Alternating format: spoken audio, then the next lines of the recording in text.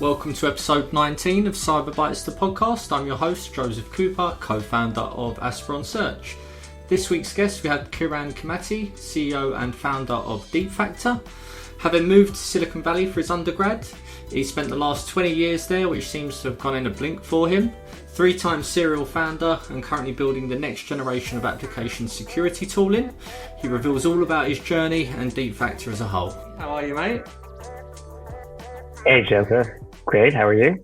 Doing well, man. Doing well. I think it's absolutely sweltering in the UK at the moment. So I'm in my office and I'm not going to lie, it's extremely hot, but I'm going to brave it for the podcast.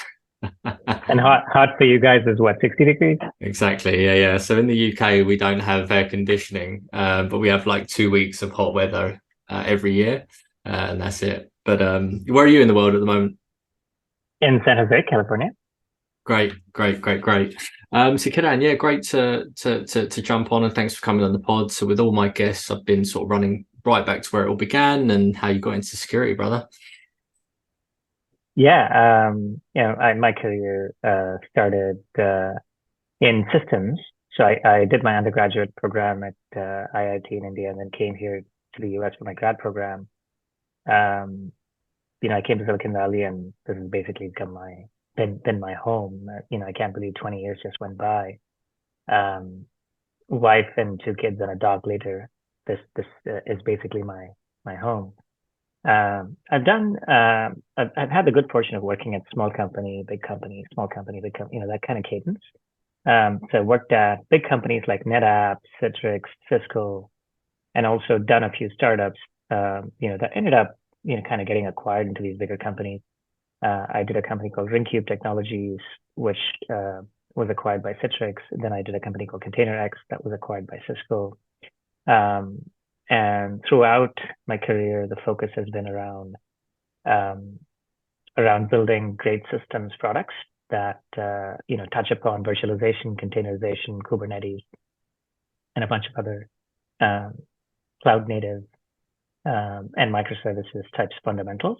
Mm-hmm. And when I was at Cisco last, I was head of product for their cloud business unit, and I was responsible for their OpenStack, Kubernetes, container networking, and a few other teams and initiatives. And one thing that was very clear to me is that we as an industry have come to a point where we've gotten really good at building applications that are microservices based, cloud native, and we've gotten good at shipping them fast thanks to CI/CD. But we don't yet have the confidence to ship them really fast into production and do CD as much as we do CI because we're not sure how many security vulnerabilities we're injecting. So AppSec, application security, is the next area where a lot of innovation needs to happen. We do have the first generation of tooling that are scanners that discover various vulnerabilities, but they do flood us with a lot of vulnerabilities, which is what ended up having me start Deepfactor. So that's kind of my journey into Deepfactor. Love that. Well, you casually dropped that you already had 2 acquisitions. So how do they come to you? Did Citrix approach you? How does that sort of process come about? Or was that the plan to get acquired?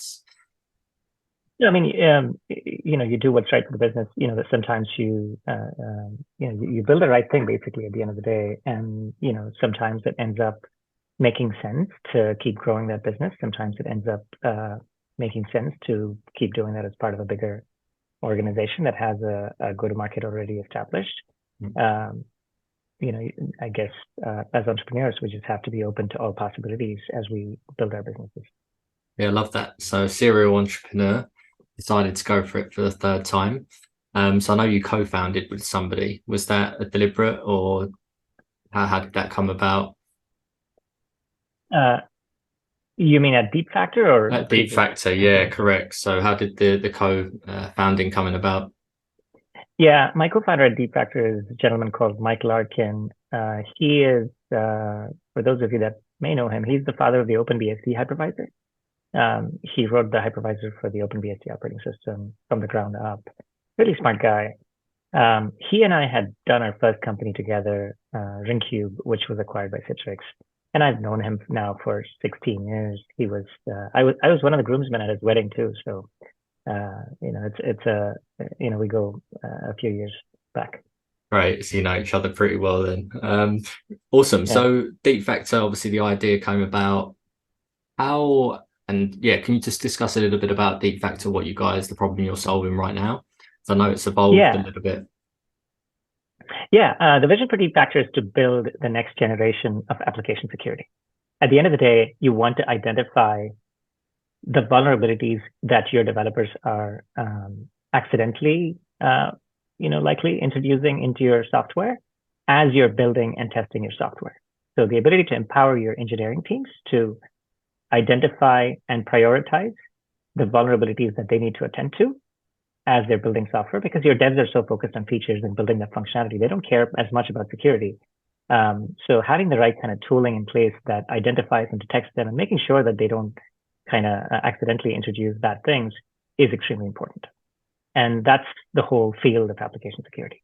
At Deepfactor, we have created the next generation of AppSec tooling that is cloud first, cloud native first, developer friendly.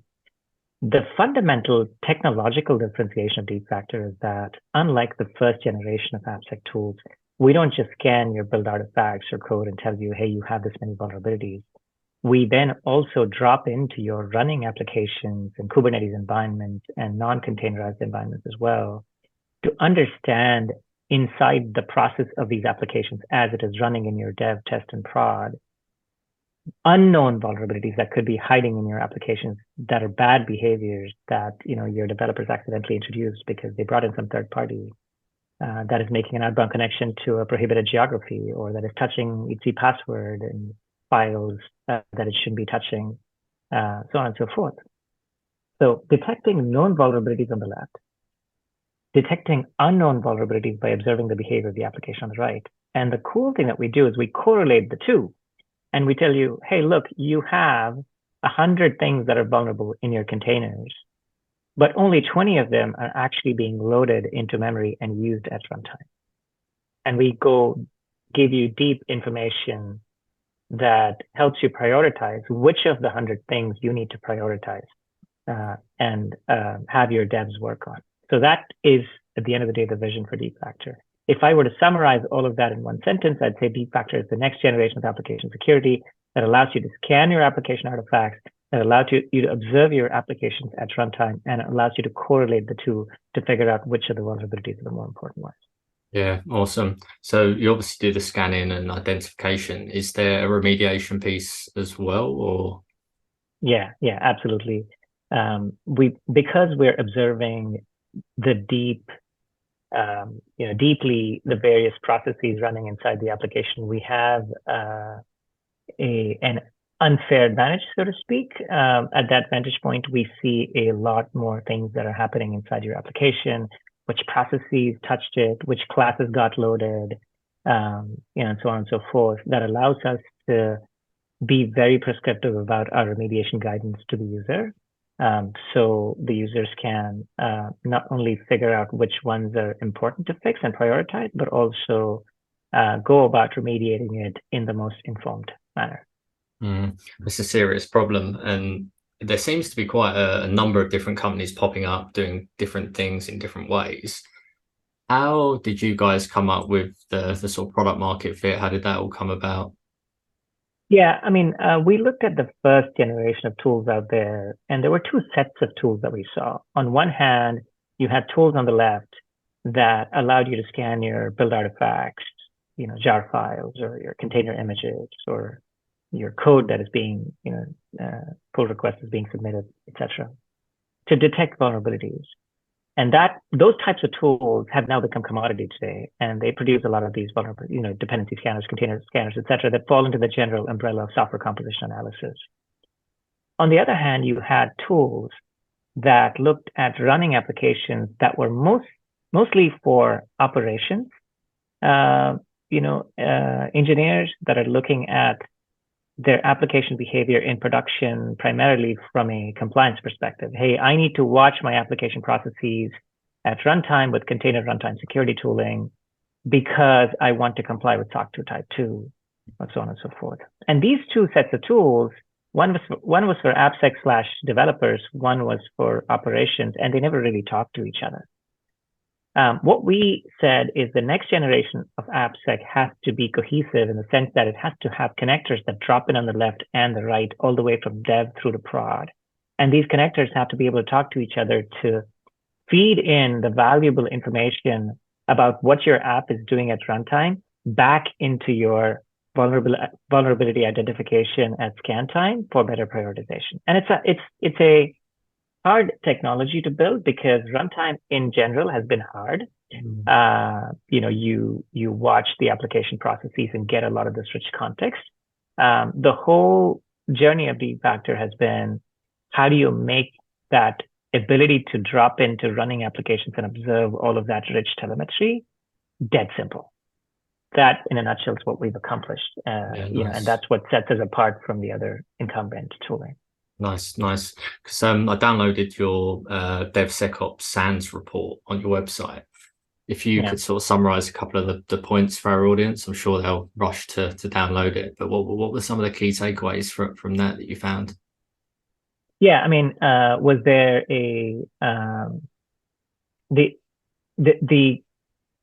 some of the key findings of DevSecOps in general has been around, how many organizations are adopting today security practices, what stages of the journey they're at, how are they going about incorporating DevSecOps, what types of tooling are they using, and this is a good report that kind of brings some structure around all of that. Also, it's a survey of various practitioners, so it gives you information that if you are a practitioner, you want to see what the industry is doing in general, you're able to gather. For example, where are organizations at with respect to their journey of DevOps? Are they just scanning static artifacts? Are they doing runtime? Are they incorporating scanning into their CI/CD pipelines? How many of them are doing what? This report gives some numbers around that, which I find is a good read as well. Yeah. I do wonder if code hygiene is getting any better, because it seems like this has been a topic of conversation for so many years, and it's just alarming, really, to think. Yeah, I think it also is timely now because you have 26 something million developers worldwide by 2021, and that number is supposed to get to 45 million developers by 2030. So if you think of the magnitude of that, we as an industry are adding almost as many developers this decade as we have added in the last 4 decades put together. And that's mind-boggling. Software engineering apparently is the fastest growing profession in the United States. I'm guessing it is in other countries as well, probably one of the fastest growing professions there too. But when so many people are writing code, and the focus of writing code is to ship features fast, it is important to make sure that security is treated as a first-class citizen behind the scenes. You don't want to find out after the fact that you've built an application that could easily be hacked.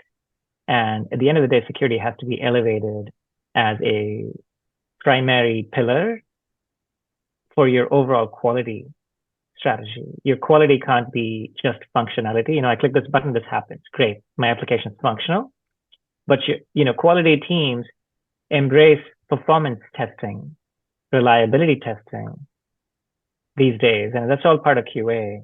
Security testing is not yet part of the QA organization, but it is beginning to be part of the engineering organization overall. And I think and over the next 5-10 years, we'll see a lot more of that security becoming part of your overall quality journey that engineering organizations will embrace.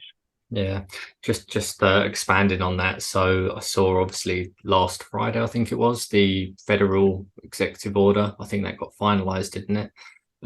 How's that looking for you guys then? Are you sort of rubbing your hands together thinking this is great that every business selling into Fed needs to have the SBOM? And no, I think it's important. It's an important milestone for the industry in general to think of